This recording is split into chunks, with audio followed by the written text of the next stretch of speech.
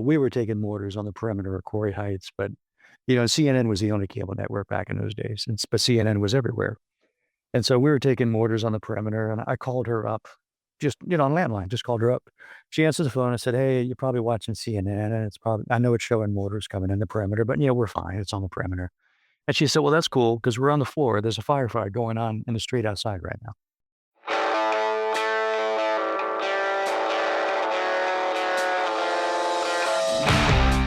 Welcome to Going In Blind. I'm your host, Zach Tidwell, and today I'm speaking with retired Air Force Lieutenant Colonel Brian O'Connell.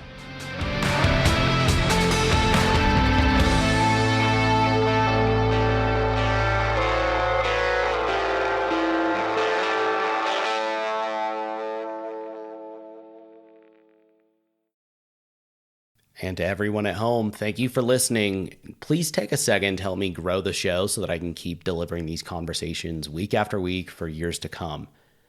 Subscribe, rate, and review the show in whatever podcasting app you're using right now, and check out the show notes to follow me on social media and YouTube as well.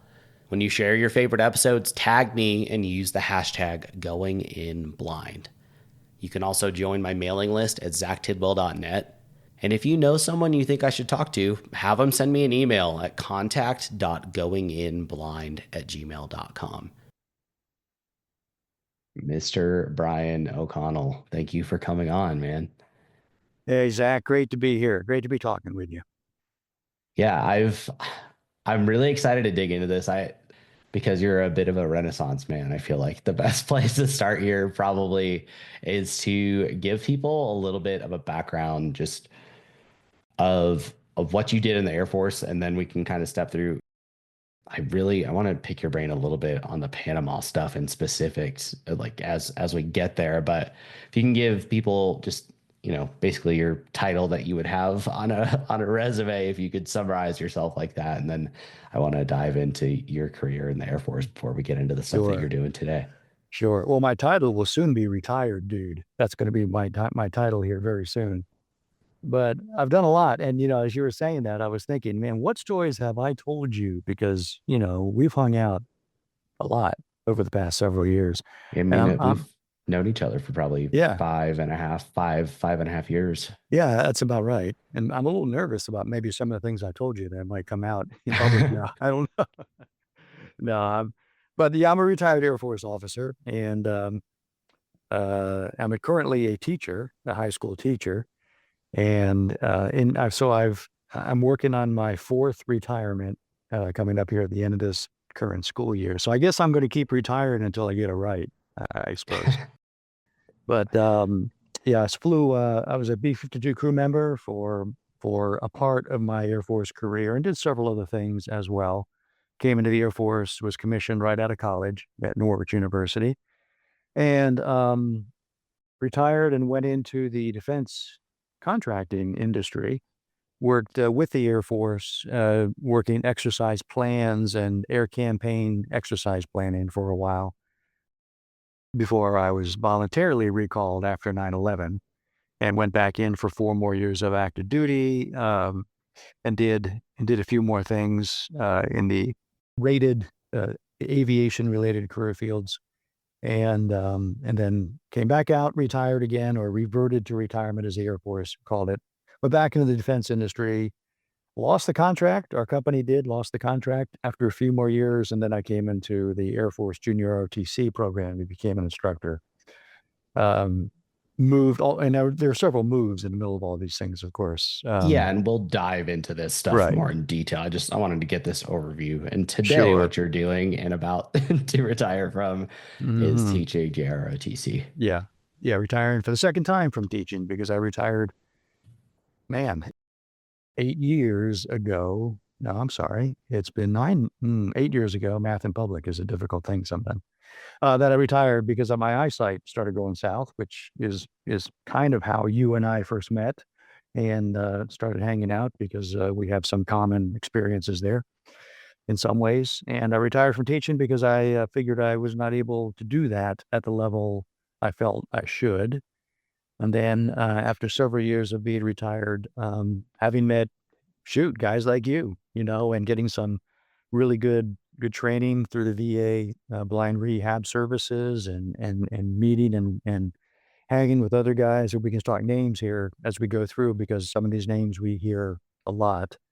Was able to come back into teaching about 3 years ago, and here I am. But I'll be retiring, I think for the final time here at the end of this school year.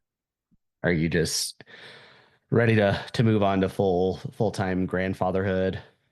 Yeah, so partly. I have no intention of doing only that. I can't even imagine, not having some purpose or something that I'm able to look forward to and work on and go for.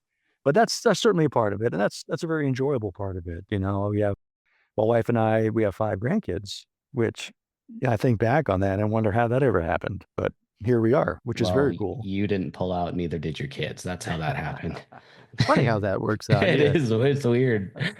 But I I wanted to pick your brain because even I know we've gotten to talk about some of this stuff over the past couple of years, but Mhm. it's pieces here and there. Tell people, I mean, the B-52 is a bombing platform. You were working specifically in electronic warfare, right? Yes. Yes. Can you explain some of what you were doing and how that works on a huge platform like that, really what all of what's going on? Sure. Sure. Yeah. Well, it's evolved over the years, of course, as anything with technology related to it will. So when I was a crew member, an electronic warfare officer is the crew member's position that I was part of. My job was to defend the airplane from threats that, in combat, from threats that were trying to do bad things to our airplane. And so So we were trained through, went to undergraduate navigator training. The Air Force, all electronic warfare officers are first trained as navigators, or they used to be anyway. And then through electronic warfare training, and then became a crew member. And as a brand new guy, figured out how to do what I was supposed to do. And this was back during the days of the Cold War, uh, maybe the height of the Cold War, back in the late 1970s and the early 1980s, when I first started flying operationally. And so we were focused primarily on, the bad guys, the Soviet Union, who I suppose are kind of still the bad guys, those people over there in many ways. yeah, we've just reignited that the Yeah. embers there and Yeah. have pulled more people into it, which is Hmm. interesting. It's a scary time again. Yeah. I It mean, sure feels familiar to those of us who've been around for a well, and while. I'll tell that's you what.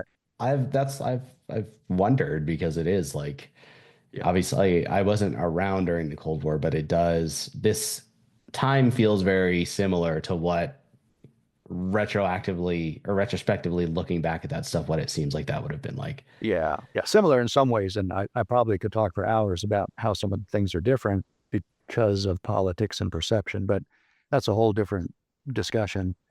But the point is, I was in Strategic Air Command, which no longer exists, part of the Air Force, and our focus was the Soviets and nuclear readiness, and the nuclear triad, which the bombers were part of. And so we sat alert and we trained to fly those kinds of missions.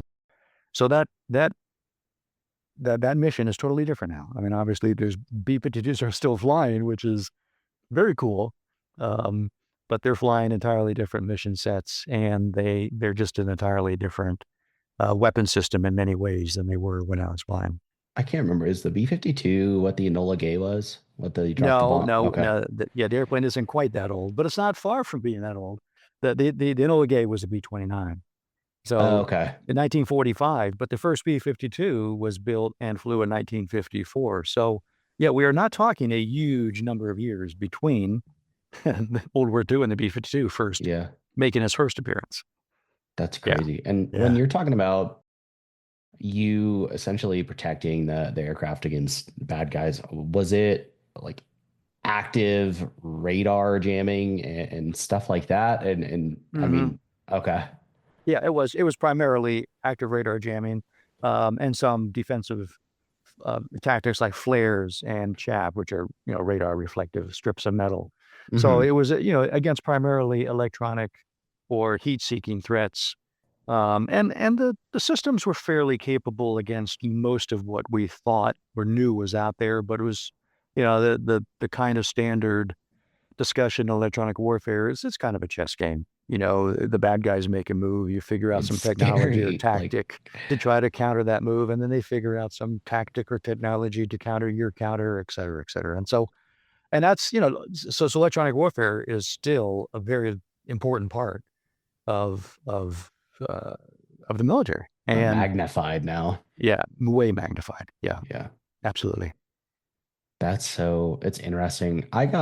So before my second deployment, the Marine Corps has this entity called the Marine Corps Warfighting Lab. And so that's who basically they work with these contractors who were trying to get bids, and they pick a battalion basically every deployment cycle that is the Marine Corps Warfighting Lab battalion. And so before my second deployment, we were having all of these different technologies and tactics and strategies kind of tried out in our unit. And one of the things they were doing was spooling up the number of JFOs in the battalion. And so I got sent to school to become a JFO. And for people home, that's Joint Fires Observer. And you're kind of like the minions of the air controllers, where you're providing targeting data and communicating with pilots, communicating with indirect fires, and also with the JTACs who give the ultimate go ahead on dropping ordnance. But so I got to see and learn about the targeting pods and stuff that are used on platforms and things like that, but not, I mean, we don't get the ins and outs of what it's like for the crews, and especially what someone in your position was doing. But Mm. just interesting stuff, man. It's so dynamic. Like, how big were the crews on your aircraft? Well, they were six man crews back in those days, and I say man because women were not yet flying combat aircraft when I was flying in that aircraft. So 6 man crews. The gunner was part of the crew, and the gunners are no longer part of the B-52 crew. In fact, they're working on reducing a number of people. I think they're going down to 4 member crew here, either now or in the near future. Again, because technology has advanced where you don't need that many people doing that much stuff. Navigators and the electronic warfare side is no longer requiring specific individual people to do as much as we used to do. So it's changed, and like I said, the mission sets have changed as well. But it's interesting, well, interesting, I suppose is the best word. You mentioned being a JFO and working with the JTACs. That was also one of my things. When I finished flying, when I was finished active flying, my one of my final career moves was to be an Air Force Air Liaison Officer. So I worked with the Army doing all that stuff. I was a JTAC. And Oh, I don't think I yeah, knew that. I don't know if we ever talked about that, but Yeah. I did that for 4 years, and I was embedded with and served with and stationed with the Army, which was a really interesting change of pace in many ways, as any Air Force guy would tell you. But it was cool. I enjoyed it. After I got used to it, then I really enjoyed it. And it was very, very satisfying work. And so working on the ground and doing all that stuff, like contacting the aircraft and working um, that whole JTAC process was really a cool change of pace, and quite satisfying to me. When people don't realize, when you see videos of airstrikes or even helo gun runs and stuff like that, like there is an orchestra being performed there by JTACs.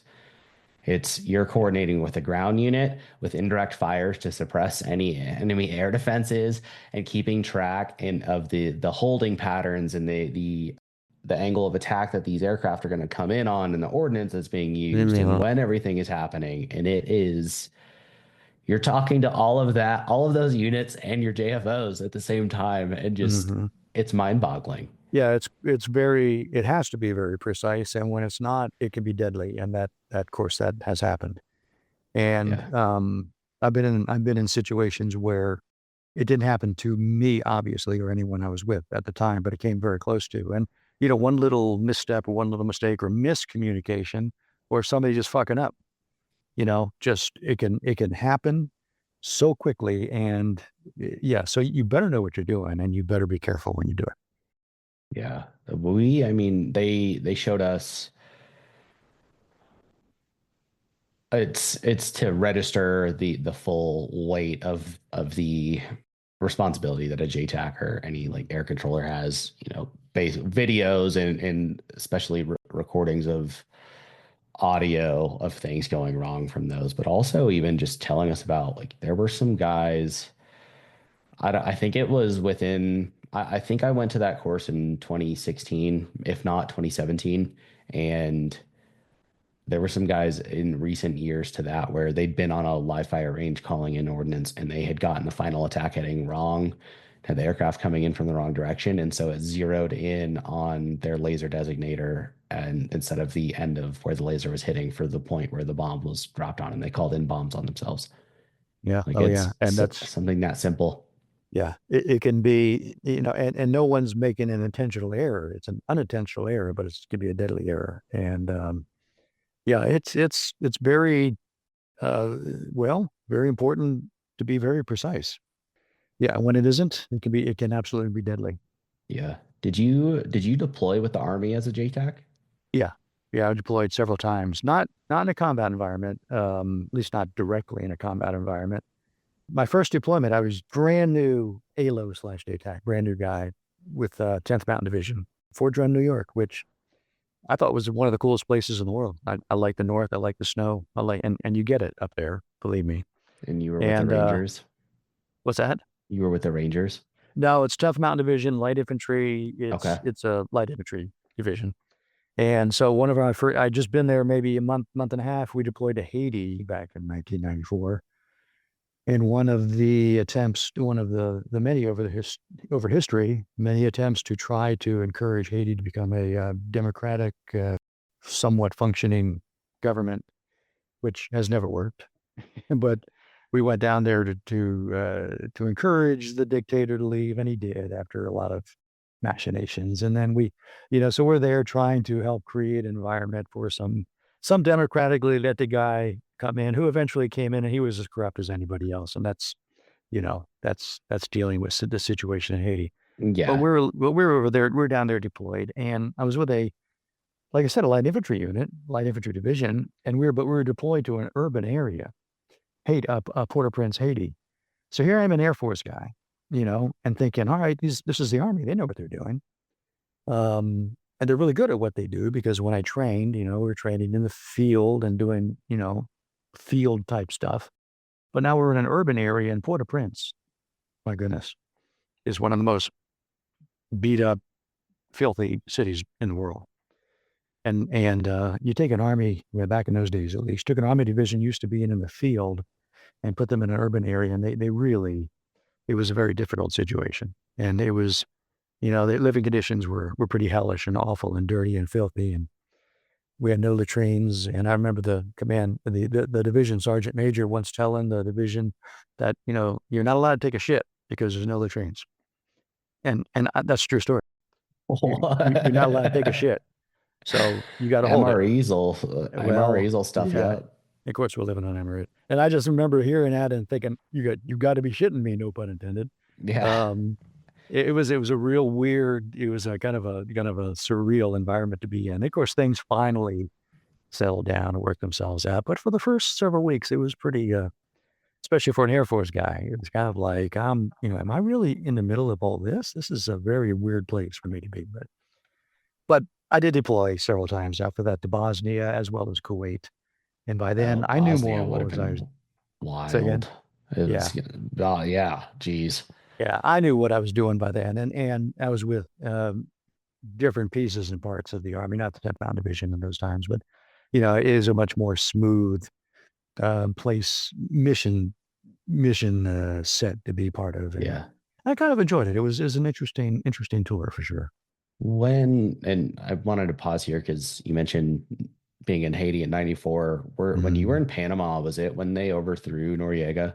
Yeah. Yeah, sure was. Mhm. What the hell was that like? Really, it was interesting, very surprising in some ways. I was stationed down there, so my family was with me. It was a PCS, permanent change of station down there. And Southern Command, U.S. Southern Command headquarters was there at the time, and we had several military bases there. to guard and protect the Panama Canal and do And when other. was this that This you was got this sent was down there? this was 88 is when I PCS to Panama, Oh, right and the before. takedown of the Noriega government was 89. So I was there. My family was there. Air Force guy working a staff operations staff position in Southern Command headquarters, working aviation related stuff. Um, Very busy place, very busy situation. And the history of that, I mean, you can look it up. Someone can look it up. The situation was very, very tense. Noriega, the dictator of Panama, was really trying to pick a fight with the U.S. and trying to kick us out, and all those. There were drug cartel connections. There's a whole lot of crap going on. And when the decision was made to basically take him out, President Bush, the first President Bush, after a young Marine was killed, in fact, in cold blood downtown Panama City, he was out with some friends doing what, people are allowed to do, being out in Panama City on an evening. And these Panama Defense Force goons tried to stop them, and they were in civilian clothes, tried to stop them. And these guys said, no, you can't. We got to go. And they shot him in the back and killed this guy, young Marine. Wow. Yeah. And that was the final straw for President Bush. So the takedown began. There were plans in place. There were plans on the shelf that we then implemented. And I was aware of those, and we were part of the kind of the staff that was helped running that. But the weirdest thing, and this is what I never realized I signed up for. There I was, the headquarters in Panama City. Quarry Heights was the base. And, we're doing our thing. And my wife and my kids are in base housing at Albrook Air Force Station, which is right down the hill next to Panama City, right down the hill from the base I was at, Quarry Heights. And they're watching combat out their window. They're watching a firefight out their window on this abandoned airfield below where our street was. And it's nighttime. They're watching the tracers go back and forth. And I mean, you don't expect your wife and your kids to be anywhere near you if you're in combat. That's just the weirdest kind of feeling that you can imagine. And she, I mean, my wife can tell you what small arms sounds like, what a 50 cal sounds like, what mortars sound like in her own interesting way. She describes those Yeah. because she heard them, man. And so one day, about 2 days into the operation, we were taking mortars on the perimeter of Quarry Heights, but CNN was the only cable network back in those days, but CNN was everywhere. And so we were taking mortars on the perimeter, and I called her up, just on landline, just called her up. She answered the phone and said, "Hey, you're probably watching CNN, and I know it's showing mortars coming in the perimeter, but we're fine. It's on the perimeter." And she said, "Well, that's cool because we're on the floor. There's a firefight going on in the street outside right now." What? Like, you've got to be shitting me. And I said, "This is totally weird and backwards." And everyone was cool. They're on the floor. She was on the phone on the floor, and it turned out okay. But that's what was going on. It was a real adventure, I'll tell you. That is wild. And I, you had mentioned something to this extent before with them having been exposed to that stuff. And I don't know why I never thought about it until when you were just talking about it right now. Like I think for Americans, it's hard to imagine your family being exposed to that. But like in a lot of, especially not first world countries, like that is the reality Yeah. is just for which is kind of it's absurd to stop and think that like that's kind of normal stuff for some people and some Oh, yeah. civilians in some places, Yeah, it in a really lot is. of places. Yeah. Unfortunately, it is. It is Yeah. for a lot of people in a lot of places. Just one last little tidbit of that story. Yeah, I wasn't able to come home for, I think, about 3 days, 3 nights, 3 days, before we were able to get back to the house and, catch some sleep and do some stuff. So first night I get back to the house, I'm pretty wiped out, pretty tired, and things are somewhat calm by then. So we're in bed. It's whatever time, midnight, I don't know, 1 a.m. So I got a 45. We were issued small arms to carry with us. So I've got a 45 with me.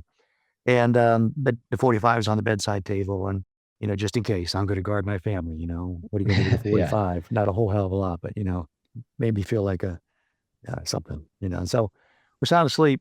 And then we take the little house, the small base, Albrook Air Force Station, stretch taking mortars on the perimeter near where the back gate was. Of course, I hear the mortars coming, and they're probably a quarter mile from where our house was, quarter to a half mile away. But you can hear them coming in. So I wake up and I'm like, oh crap, you know. So I pick up my 45 and walk around the dark in my skivvies, like, okay, are there any bad guys out there? And my wife's still in bed, and she kind of half rolled over and she said, hey, don't worry, come back to bed. That happens every night. And then she rolled back over and went to sleep. And I I said, would love to meet her, dude. You told me a lot about her in the past, but I'm like, she yeah, just seems like yeah. a stone of a woman. I mean, here's this combat veteran wife, you know. He goes, don't worry about it, man. Come back to bed. I feel like about, I feel Lights a like about, cigarette. yeah, exactly. Yeah. So that, that was Panama. At least that was Wow. part of Panama. Yeah. Was it just total chaos for, because how long were you down there? I was under about a year and a half total before I left So DCS. I'm, Yeah. yeah, so you got there right beforehand. Was it chaos the entire remainder of the time after he was overthrown?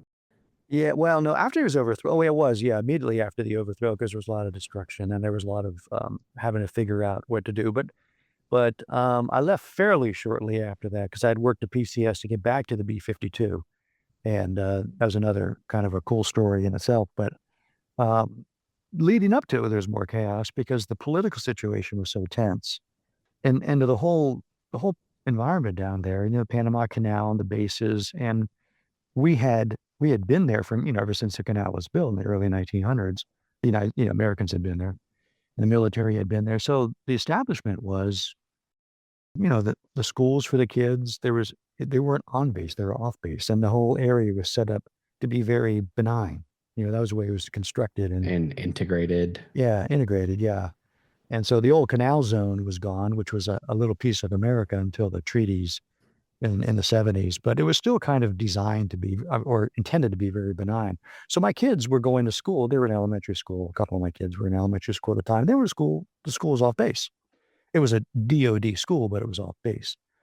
And man, because of the situation, we had security around the school, a concertina wire put around the school. They were driven, the buses were driven, escorted by armed Hummers to and from the school, because they're going off base to the schools. So here are the kids sitting in school buses being escorted to and from their elementary schools by, Humvees with 50 cows in the roof and Air Force security police, and escorting them back and forth. So the kids were like, okay, whatever. I guess that's the way it is. And they probably think And it's cool. They're like, yeah, it oh was, yeah. yeah. And they were too young to really understand it. They're young elementary school kids, but yeah, it was a different experience. That's for sure. That is so crazy. Mhm. We're at that point, were you a JTAC? No, it was a operations staff officer, I think was the official title. I was just an Air Force Bubba working on the aviation side of U.S. Southern Command. Okay. Wow. Yeah. And when did you end up actually retiring?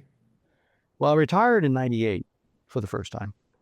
Okay. So I came out of Panama, went back to the B-52. I requested to come back to the B-52. I'd been out of it for a couple of tours. I'd done some instructing and then this Panama job. And so went back to the B-52, requalified. I was a major by that time, requalified back in and went back to the first base that I had been in B-52s, which was Lorien Air Force Base up in northern Maine, which is closed in the 1990s. And went back in to a squadron staff position. I was the wing electronic warfare officer, actually. I was you know, the EW, as we call them on the B-52, the EW that kind of was the staff guy in charge of the EW program within the squadron. And so, I was a staff guy that flew as well. And then shortly after I got back to Lorraine and got reestablished in the airplane, then we deployed for Operation Desert Shield, which turned into Desert Storm. So, so the timing was kind of, again, I didn't intend to go right back, from one combat zone to another, but you never know. It's the way things work out sometimes. Tumultuous time. Yeah. Yeah. So we deployed to Diego Garcia. We were the first B-52 wing to deploy. We deployed there and we were there for 5 months before the war started. And then we jumped in the Desert Storm and flew combat missions in Desert Storm. And I was still primarily a staff guy. Got a couple of combat missions in, but Yeah, so you guys were um, actually dropping ordnance there. yeah, we were dropping quite a bit of ordnance, yeah, Wow. during Desert Storm. That is so crazy. I don't think I realized that either. I'm sure we've probably talked about it at some point, but again, it's we've had so many of these Well, conversations in the yeah, past. sometimes our conversations are they're kind of fueled by a few refreshments, and I'm not sure where we go with those sometimes when we get together. But Yeah, that's there. yeah, Those ski trips and stuff. There's yeah, usually, and then we get off into all sorts of topics. But hmm yeah, yeah, yeah, it man. was really it's kind of funny during the Cold War, funny in an interesting way. During the Cold War years, sitting alert in SAC, man, we didn't go anywhere. Our job was to be there, ready to go to war. We were on alert, ready to go to war on a really very, very short notice if we had to. The airplanes were sitting there loaded with weapons, and we had our mission sets, and we were prepared to go. And so we didn't do a lot of travel outside of training missions. We usually would take off from our base and land back at our base after a long day, a long night of training, flying a training mission.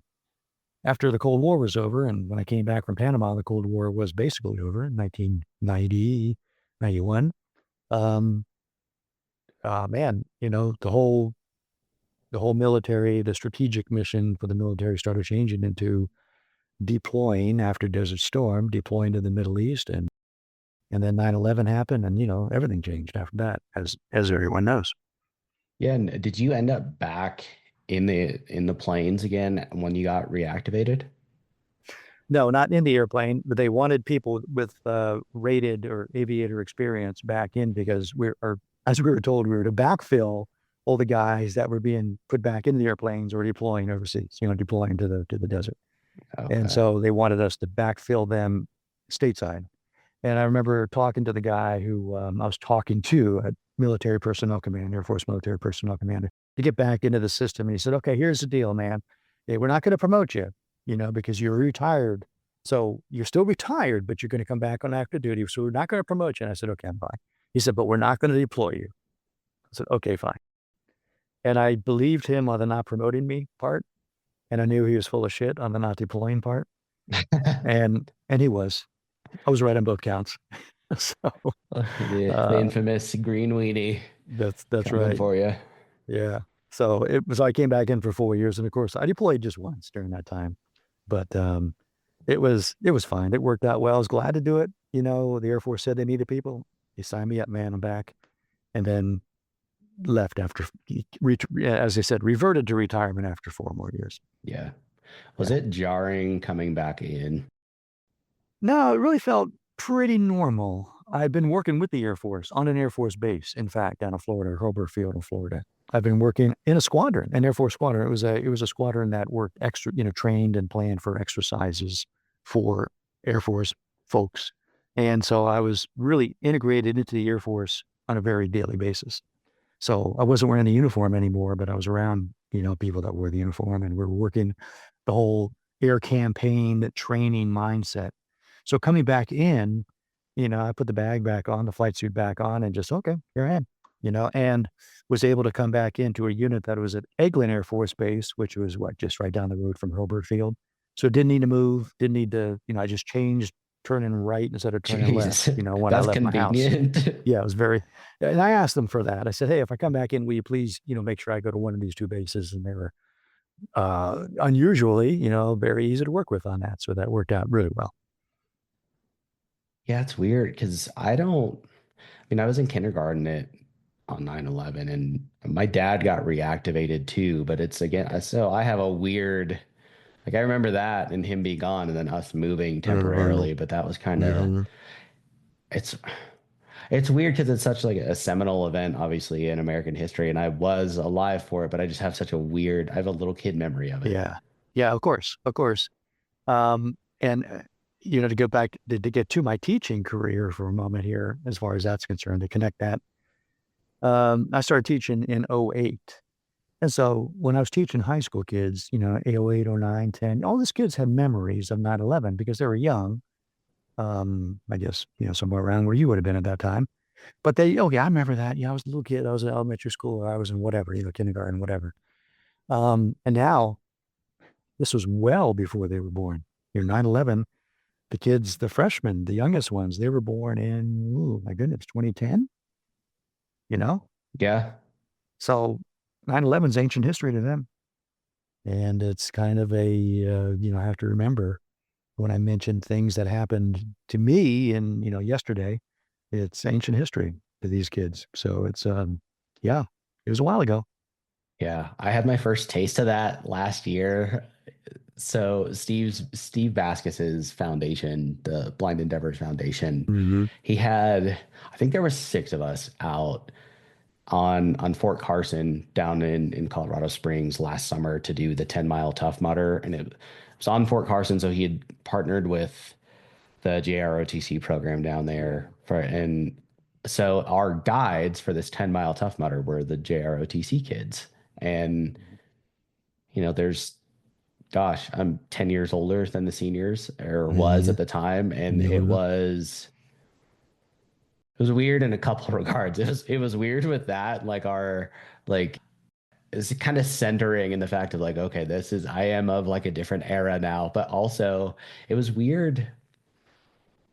And this is one of the things I wanted to ask you about with JROTC. It was weird. Like they very obviously like looked up to us very greatly. And it was funny looking back at them and hearing how just over the top, like unrealistically motivated they were about the Hmm. military and like having Hmm. that, like those aspirations. Cause that was me when I was 16. But these kids, like all the dudes were like, yeah, I'm going in the army. I'm going to be a ranger. Oh, I'm going to the Navy. I'm going to be a SEAL. Like not a single one of them was like, oh yeah, I'm going to go be a logistics guy or something. And I'm gonna be an admin troop, man. Yeah, yeah, yeah, yeah. yeah, It was just yeah. with you and having that impact and being able to, I mean, you committed your career to the Air Force and then have moved on to do this. Do you see yourself having an impact on these kids? Like, is it that tangible? Hmm. Well, I hope it is. And I guess I know it is for some. I hope Hmm. it is for most, and I know it isn't for some. I mean, you have a whole range of kids that come through. I had to learn when I first became a teacher, an instructor here. I had to learn that and remember that these are high school kids. I've been an Air Force instructor. I taught mostly second lieutenants. I was an electronic warfare training school instructor at one point in my career.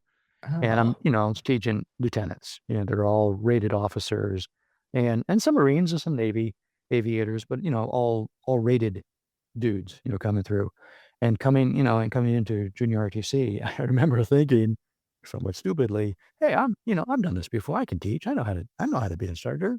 I just need to learn the curriculum and I'll be good to go. yeah. I'm not teaching little lieutenants, man. They're not even little airmen, they're just kids. So I had to learn that, number one, but that took maybe a semester to get it through my thick noggin that, hey, remember who you're talking to and what's going on here. Um, so I really enjoyed it. I mean, I've enjoyed it from day one. I've really enjoyed the give and take, the atmosphere, kids being kids, brutally honest. Man, I'll tell you, they will tell you exactly what they're thinking. Well, and you're Once, very mellow, so I think that's probably a great combination. well, I think it works fairly well for the most part. They have to get to know you a little bit. Once you get to know you and they realize that you're okay, they're very comfortable with. They become very comfortable, and I'm totally fine. A lot of people think, junior RTC, where they are, we're very full of discipline. It was like boot camp. We're not. We're high school teachers. Well, at least for us. I can speak for our program, the program. Me and a retired NCO, a good buddy of mine. We've been working together for years and years.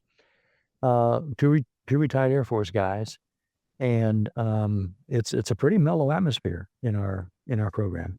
We do have structure, of course, and we have processes that we work, and we have curriculum that we teach. But in general, the kids are very comfortable with us. We don't make them, you know, we keep it, they act like high school kids when they're in our class, which is totally cool. And so I've been very fortunate that over the years, I've been able to mentor and kids have been open to me mentoring some of them to do some really cool things. Some have enlisted and gone in different branches, and some have gone on to college, and with ROTC scholarships. One of our kids went to West Point, several years ago.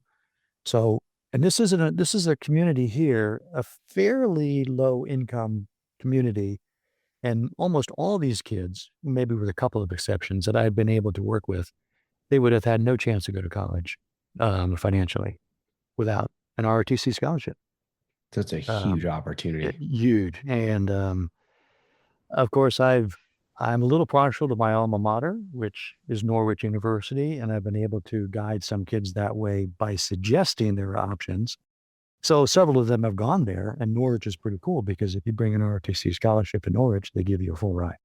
They cover everything else. Wow. The school does. And most schools, that's not an option in most schools, even with an ROTC scholarship. So several of them have gone there and taken advantage. And, I have graduates, they're my kids, several of them are Air Force pilots right now. One's an Army Special Forces officer, several enlisted in Accomplished kids. varying branch. So they're doing some really cool things. But overall, you mentioned these kids that you were able to meet there at that event. Most of these kids don't go into service, and they have no desire to go into service. The kids that we work with, they're in the program because their friends are in the program. You know, they heard it's kind of a cool place, a cool course to take. They're just they're there because they're high school kids, and some of them think it's an easy class, so they'll take it because it's easy. It isn't terribly difficult. We don't make it really hard, but we try to make it, some place that kids want to come and be part of. So most of Okay. them do not go in the military, and that's okay. Well, and I guess that makes sense, especially with I, we were on Fort Carson, so these are a bunch of high school kids of that are parts of military families. So they're all, Okay, yeah. pre kind of conditioned to, even if they're not being pushed. Like, I think what drove me to go into the military, at least early on, and like why I wanted to go even as a little kid, is because my dad was in the military. So I think you get kind of conditioned that way. But that makes total sense. I guess as we kind of wrap this up, two things. I wanted to make a point because I wanted to ride the line and not make this about you being visually impaired, but I did want to make a note like you left this field because you developed to your eye condition developed to the point that you became legally blind and left the field because you thought I couldn't do it anymore and have Mm. picked up the skills to come back to it, which I think is just incredible and so badass. Like I love that. And the growth there I think is so cool. But I also, maybe as you can talk about that however you'd like, also in case there's someone at home listening right now, whether it's a parent or a kid, explain the opportunities of these ROTC scholarships, and then we can kind of wrap this bad boy up. Okay, sure. So kind of two-part thing there, how I Yeah, came back or why I came back or how I was able to come back, and then the ROTC scholarship yeah, thing, sure. I came back in large part. Well, first of all, the opportunity presented itself, which was very, serendipitous. I live in Greenville, South Carolina now. I moved around a bunch, that's where I am now. Um, of course, kept in contact with the NCO I worked with after I retired. Like I said, he and I are very good friends.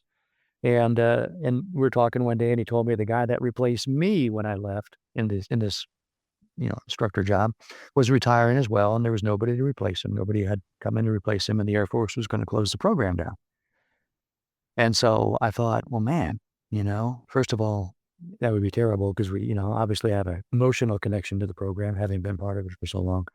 So I told him, I said, hey, man, if you don't mind a blind guy coming back, I'll give it a shot. He said, man, that'd be great if you want to. I said, well, I'd be put, so we discussed a lot about how much more that would put on him for some of the tasks that we used to share, et cetera, et cetera. Air Force was cool with it. So I came back and I'm in North Carolina teaching, although I live in South Carolina. My daughter lives here and, long story short, we were able to work it out. Um, but the reason I was able to come back was, I mean, I thought there are things I would not be able to do anymore. And there's some things I am not able to do anymore. That is a fact. But through, just almost accidents, meeting people and figuring things out, getting some training, like I said earlier, with the VA blind rehab services programs. But more than that, I mean, meeting dudes like you, Zach, I think we met in 2020. It was the ski trip at Steamboat in early yep. 2020. And, there's Lonnie Bidwell, and there's you, and there's Steve Vasquez, and guys I had never known and didn't know anything about. you until, we all met there that time. And, man, here I am. I'm visually impaired. I have obviously some eyesight left, and I'm working, talking to, meeting with, hanging with, having a great time with guys who are totally blind and just kicking ass. Was Uh, that your first adaptive trip? it was, it was. Oh, And listening to you guys, and I probably wasn't a major part of many of the conversations that first week because I was just soaking it in, man. I was just listening and thinking, wow, man, I'm learning. Maybe not consciously thinking I'm learning a lot, but definitely learning a lot. So going from that to all the other trips that you and I have been on, and the other guys have been on, and just getting better at figuring out how to do stuff, and knowing that there are ways of doing a lot of things, and focusing and learning on things and moving forward, and recognizing what is going to be difficult, but recognizing that there are there are ways to get through some of those difficulties, and do things maybe that I never thought I could. So yeah. coming back to teach was a great example of that. Very fortunate to be able to do that. Yeah. And another component of what you just said with figuring out that there or knowing that there are ways and being willing to figure them Mm, out is also, I think, accepting, hey, this is not going to be exactly the same as it was before. And this is, yeah. you can either choose to accept that it won't be the same or just not do it because it won't be the same. And you're going to be miserable if you don't do it. But Mhm. Yeah, that's a conscious decision and a way to it look at it. absolutely is. Yeah, and we both, all of us who've been involved in these adaptive sports and get to meet people, we all know people, and you've talked about this on some of your other other podcast interviews.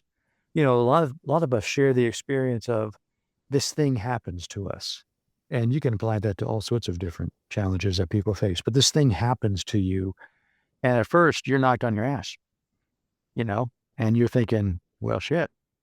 I guess that's it for, fill in the blanks for this, and this.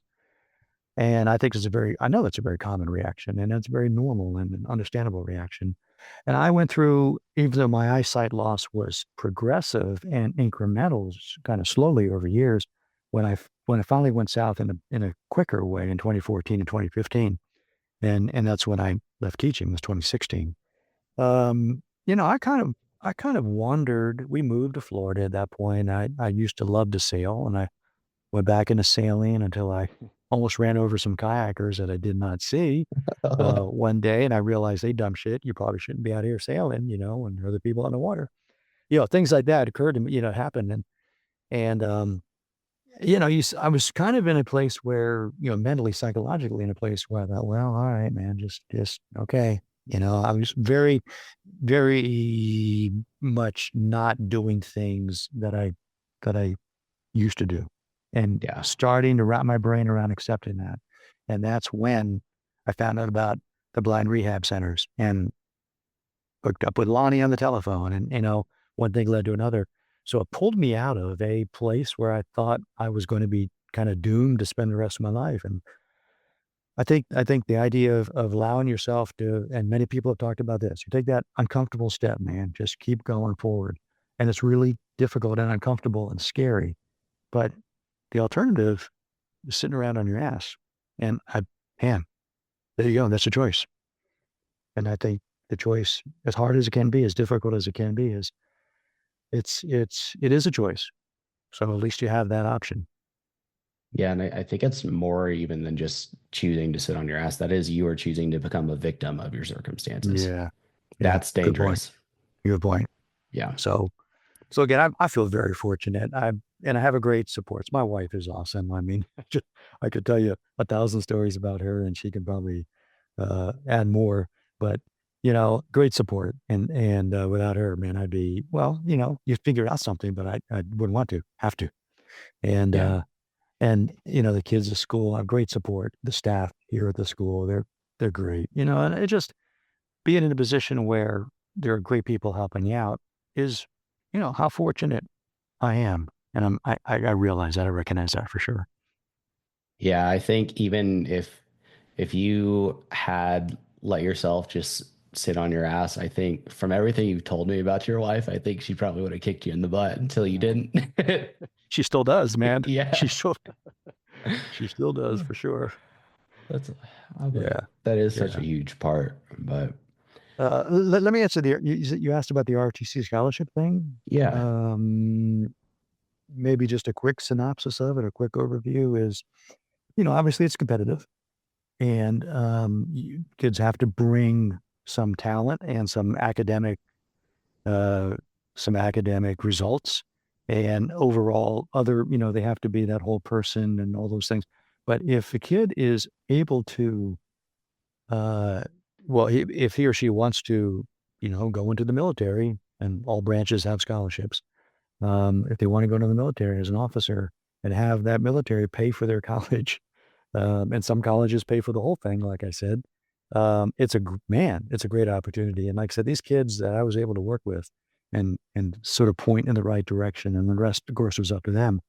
They're man, they're doing great, and I really don't think they would have had any of those opportunities without those scholarships. And so many kids, they just, I don't want to go to the military. You hear all these things. So, okay, how are you going to pay for college? And then they don't go to college, or they don't do what they like. There's also, but so it's an opportunity, is my point. And I think the payback, so you're committed to the military for 4 or 5 or 6 years, depending on the type of scholarship and what you do. I think it's a pretty reasonable, return right there. So it's yeah. an option And for kids who are interested in that kind of thing. I'm a huge proponent of I'm biased, but I see, I met, and it's not like I haven't met unaccomplished people like who have been in the military, but yeah, I see people floundering sometimes, and I'm like, man, I Yeah. think there would be a lot of benefit from a couple of years in the military, and it's not just it's very formative, and I mean, it No. forces. There's a reason that like that have it like having a military structure is a stereotype of things or things being rigid, but it works and it does set you up for success, whether that's, and it doesn't have to be a career. And a lot of people think who haven't come from military families that because you go in the military you're going to be at war, but you can Yeah. go into the military and be an accountant. Like it's, you don't have to be at the forefront of whatever it is. So just if you're listening to this and even maybe college isn't your thing or you're not sure what you're wanting to do, just keep those options open. They're Yeah. If I can give you one quick little story, absolutely. one good example, because I have worked with a lot of kids over the years, and as I mentioned, some of them have gotten up to really cool things, and some of them are in college on ROTC scholarships right now, in fact. So they're working their way through it. One in particular, and this was pretty unique, and I thought very cool that this worked out for him. High school kid, very bright kid, good athlete, very good athlete, football player, wrestler, just talented kid, all the way around. But really, really tired of being in high school. Mature kid, very friendly, well-rounded kid, but just ready to leave the high school social environment. And so I got to know him. He was in the program, got to know him, and he's kind of a quiet kid. Didn't open up a lot about things, but I got to know him a little bit over a couple of semesters. And he told me his goal was to graduate early as a junior, get enough credits to graduate as a junior, get out and enlist in the Marines. He was just ready to go do something real. Definitely college material, definitely good athlete, could do things in college. And so one day I said to him, "Hey man, if and he knew he wasn't going to play football in college. He's a very good football player here in a little town in North Carolina, but he knew he wasn't going to play football in college." So I said to him, again, I'm kind of biased towards Norwich University. I wish they'd pay me a little finder's fee for some of these things, but haven't gotten that yet. So I said, "Hey, if I and we play, so back up a little more. We play rugby in our PT program. I know enough about rugby. We played a little bit in college, and the kids love rugby. A very structured rugby program, so kids aren't killing themselves out there. But we play rugby, so his kids are all exposed to it. So I said to him one day, if I talked to the rugby coach at Norwich, which has a very good Division II rugby program, if I talk to the rugby coach in Norwich, might you be interested in, instead of joining the Marines right now, might you be interested in playing rugby in college? Because I think he'd be really good at it. And he said, oh, yeah, that'd be cool. I could, I'd be willing to talk to a rugby coach. So I called I contacted the rugby coach and talked to him. I don't know him, but I was able to talk to this guy and he listened to me and I told him this would be a guy he'd be very interested in talking to. And then he called me back, the rugby coach did the next day and said, oh, by the way, there's this new Navy ROTC scholarship program that is called an ROTC prep program. And so a kid who's not yet graduated from high school or who graduates early. So he explained this whole thing to me that this kid that I'm working with would fit into perfectly. And he wanted to be a Marine pilot eventually. He said, so hey man, Navy ROTC, perfect. So I talked to him, asked him if he'd be interested. He said yes. Got him in touch with the coach. Got him in touch with the Navy ROTC department there in Norwich. So all these things connected. So he now has the Navy ROTC prep program scholarship, which is a full ride for up to 5 years. He's playing rugby on the Norwich University rugby team. They went to the national champion, the NCAA national championships this past year. Finished third. This kid started on the rugby team in a Wow. national championship level program, and he's doing great. And do I take credit? No, I don't take credit because he did all this stuff. But at least I said, hey, here's something you might be interested in, and there he is. He's off and doing it. And So it's a huge opportunity that he's it's now been able yeah, to take advantage of. yeah. So I feel good. Of course, I feel good about it. And what the biggest thing I think I'm going to miss when I leave here, in addition to day-to-day interaction with the kids, which I really enjoy, is just having that opportunity to point them in directions that might work for them. But I know the guys replacing us will do similar things. So, it's time to leave and you've got to leave sometime. And Um, that's part of it. you're a busy dude. You'll absolutely have other things that you'll be able to fill Hmm. your time with, and Hmm. you'll never slow down. But Yeah. Well, I think that's the key. Keep going, man. Just keep doing it with purpose. And when you stop having purpose, you got to find something else. You better yeah, find some purpose somewhere. Absolutely. purpose is the key. But Mhm. I think this is a perfect place to wrap this up, man. I told you when I emailed you about coming on, like I've always looked up to you, and I don't think we've mentioned this at all. I mean, you're out here skiing and doing all these crazy things that I do, and you are almost 70, correct? Oh, I am 70, Zach. Okay. Yeah, there you I go. actually am So now. Yes. if you Yeah. are at home and have heard all this and then just heard him say that, Mm. stop making excuses and get out there and do shit. But Well, I think that is the yes, absolutely. And you and I will be out there, what, just over a week, about a uh, week, shredding that mountain again, man. shredding the nar. Hmm. So I'm Hmm. excited, right? Because I haven't Yeah, seen me you too. in a minute. So Yeah. Yeah. thanks again for coming on. All right, Zach. My pleasure. Absolutely. Great talking with you, man.